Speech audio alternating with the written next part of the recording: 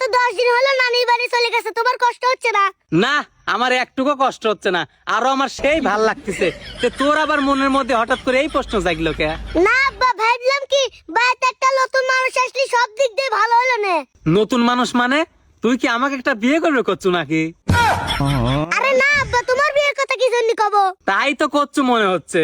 আর আব্বু তা করছি না, এমন একটা লোক লেসা লাগবে, তোমাকে চা বানা দিবে, আমাকে চা বানা দিবে, তোমার খেয়াল রাখবে, আমার খেয়াল রাখবে। ও বুঝছি, কাজের বুয়ার কথা করছো তাই না? আব্বা যদি সাদিয়া তোমার মনের মতন বিরান নিতে পারে। এই তুই তাহলে সেই সাদিয়া? হয় আব্বা। দেখতে শুনতে তো ভালোই মনে হচ্ছে বেটা, কিন্তু আমার কাছে কেবাজির মনে হচ্ছে একটু বেধত মহিলা। আব্বা তুমি কিন্তু সাদিয়া কদর করতে চাও না, ও কিন্তু এমএ পাস। এমএ পাস দেখি তুই ধুয়ে পানি খাবো নাকি? আর আমি কি তোর বিয়ের উকিল নাকি? সুজা সাপটা ক যে তুই বিয়ে করবো। আব্বা আমি একই বি করব, একসাথে আমি বাস পলয় হয় এই দিন না হলে বিশের বোতল। দাঁড়া, তোকে আমি এই সাদিয়ার সাথে বিয়ের ব্যবস্থা করতেছি।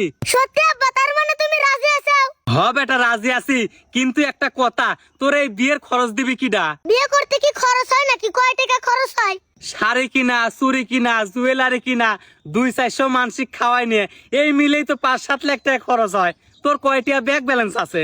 আমার কাছে 500 টাকা আছে, তাও বিকাশে। তুই এক কাম কর বেটা, ওই 500 টাকা বিকাশ তেন তোলে তুলিয়ে সাদিয়া একলি যাই স্বপ্ন কুটিরি যা খায় আয়গা। আব্বা তুমি যতই মস্করা করো, আমি এই সাদিয়াকে বিয়ে করব। বিয়ে করগা, তোকে মানা করছে কিডা? তে তুমি টাকা দিবে লাই? আমি তোকে টাকা দেবো, বিয়ে কি আমি করব নাকি? আব্বা মনে হয় কি তুমি আমার আব্বা লয়, তাহলে কি? বাপ। আরো বললাম না বুঝে।